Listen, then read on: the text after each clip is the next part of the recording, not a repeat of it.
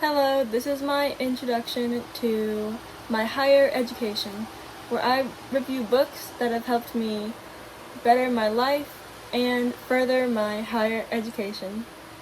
Big thanks to Dad for putting me on these books and embodying it basically my entire life. And please enjoy. This is my review and thoughts on The Politics of Obedience, the Discourse of Voluntary Servitude. Now, what this book is about is, it's basically about how government rule and tyranny is solely dependent on the acceptance of the masses. So what this means is, if the masses didn't accept the tyrant or the government's rule and his rules or whatever, then the tyrant or government would have no power. It's basically saying all we really need to do to be free is to not accept the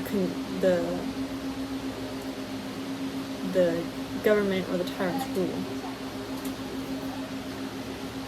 But it also dives into how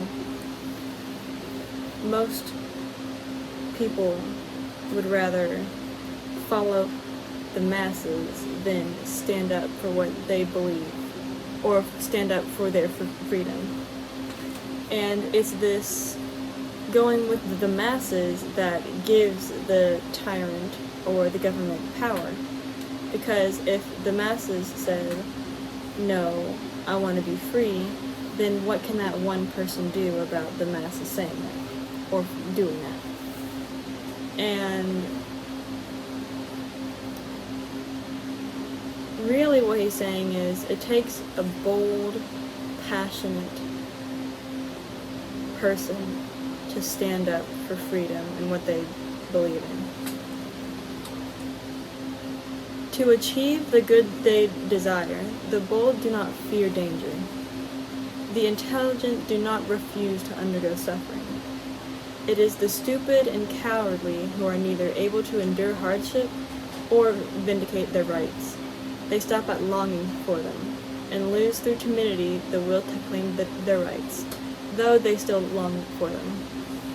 Now that's a direct quote, but unpacking it, it's basically the masses will still long for freedom. There is no person who doesn't long to be free. But the difference between longing for freedom and then actually standing up for freedom is a whole lot different. You need to be passionate about freedom and what you believe in, and you need to be willing to go against the grain, if you were.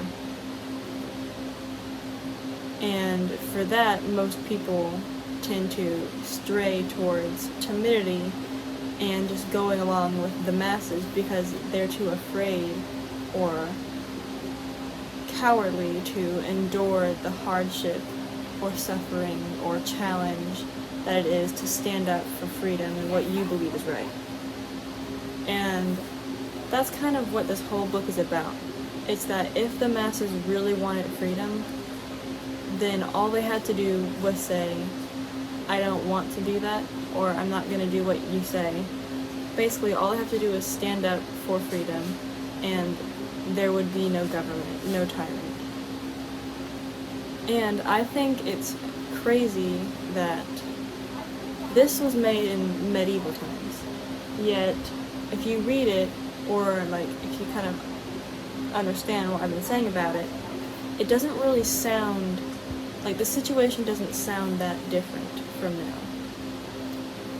Since when have we not had a government who, if the masses were to just change their mind, would fall into complete shambles?